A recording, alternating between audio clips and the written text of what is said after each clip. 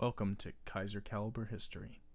In this series, Not How You Know Them, we're going to look at historical figures mostly known for their roles in World War II and some other world history events, and examine their lesser-known pasts in World War I. This series will aim to educate viewers on the Great War and how it shaped the people who would in turn shape our modern world. For our first subject, we'll be examining none other than Charles de Gaulle, a larger-than-life man who was leader of Free France during World War II and eventual president of France in his later life. However, for this video, we'll be focusing on his World War I service. Charles de Gaulle was born on November 22, 1890, and as a child was taught about the greatness of France and told heroic stories of the Franco-Prussian War by his father. As if destined for the military from childhood, de Gaulle planned to enroll in the military academy, and at age 19, that's exactly what he did. However, he was required to serve a year amongst the ranks before doing so. He joined the 33rd Infantry Regiment in 1909, and after a year, entered the Saint-Cyr Military Academy in 1910. He would graduate from the academy in 1912, and decide to return to his 33rd Infantry Regiment. Not long after rejoining the regiment, he came under the command of a man he'd have a very long history with over the next 40 years, Philippe Pétain. De Gaulle and Pétain would come to develop a great mutual respect for one another in the early years of their relationship. When the Great War broke out, his unit was deployed as part of the French Fifth Army to Dinant, with their mission to halt the German advance. On August 15, 1914, when the 33rd Infantry encountered Germans at the river at Dinant, de Gaulle led his men in a charge straight into German machine gun fire. Many were gunned down immediately, de Gaulle included, with a leg wound. This led to him spending the next 3 months in the hospital. This experience confirmed his belief that firepower would be the dominant force of war. Upon returning to the battlefield in October of 1914, he discovered that many of the men in his regiment, with whom he'd started the war with, were now dead. 2 months after his return, he was promoted to regimental adjutant, and in the following months, his regiment would become notorious for making trips into no man's land to spy on the enemy and gather intelligence. For this, de Gaulle was awarded the Croix de Guerre, or in English, the Cross of War. And in February of 1915, he was promoted again to captain.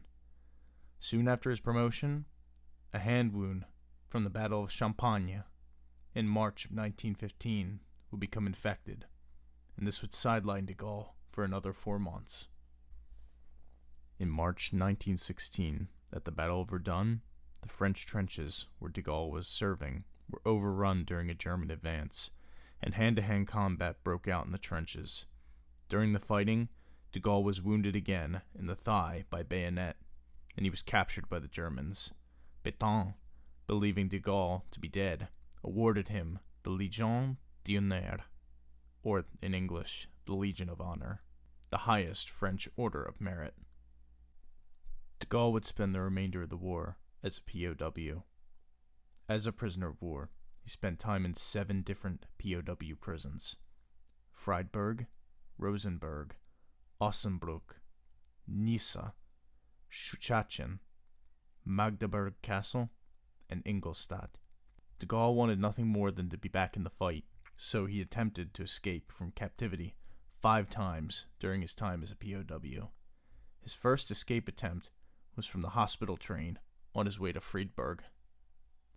He would try many more methods of escape over the years, such as hiding in a laundry basket, digging a tunnel, digging a hole through the wall, and posing as a nurse to fool the guards.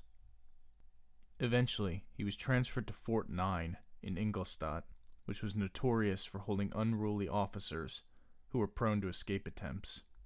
While in captivity, de Gaulle learned German, worked on his theories of warfare, kept up with the news of the war through German newspapers, and wrote his first book. His time as a POW spared him much of the French suffering that took place in the latter parts of the war, and would allow him to more freely develop future military methods without the cloud of trauma that many other French military leaders, such as Pétain, would suffer when making future military decisions. During his time in captivity, de Gaulle crossed paths with some other historical figures. He met and befriended famous French aviator and World War I fighter pilot Roland Garros, for whom the modern-day French Open tennis competition is named. Garros taught de Gaulle about how aviation would change warfare, lessons which de Gaulle took very seriously and would not forget. They even worked on an escape attempt together, as it was Garros who helped de Gaulle dig the tunnel during that particular escape attempt. Additionally, de Gaulle also shared a cell in Ingolstadt with future Marshal of the Soviet Union Mikhail Tukhachevsky, with whom he'd find himself in opposition to years later on the battlefields of Poland. However, while in captivity together, the two bonded over their theories about the future of warfare. Between Tukhachevsky's insistence that mechanized warfare was the future and reading about the tanks at the Battle of Cambrai, de Gaulle became convinced that these were going to be key aspects in the future of firepower. His years as a POW affected de Gaulle greatly. In letters to his family, he'd tell them how frustrated he was, that he couldn't be out on the field of battle, and at times he would fall into states of depression. However, after the armistice in 1918, de Gaulle was finally released, and he returned home to his father's residence in the south of France. This completes our story of Charles de Gaulle's World War I experience. Although he spent much of it in captivity, the battlefield experience he did receive, along with the people he came across during his POW years, absolutely affected how he'd lead during World War II, as well as after. You can see the sharp contrasts between him and Pétain, who held completely different philosophies when it came to decision times in World War II. Pétain's decision to surrender to the Nazis was absolutely influenced by the years of death he saw on the battlefields of World War I, and his attempts to prevent it from happening again, whereas someone like de Gaulle, who'd been in captivity most of the time, would be much more likely to proclaim that they would never surrender, no matter how many lives are lost. This is just one example of how Charles de Gaulle's World War I experience would shape his future decisions, and is only one more reason to study the World War I years of figures like him. In future videos, we'll discuss how these crucial years impacted many other historical figures that helped shape our world. Thank you for watching. I hope you enjoyed it. This is Kaiser Caliber History.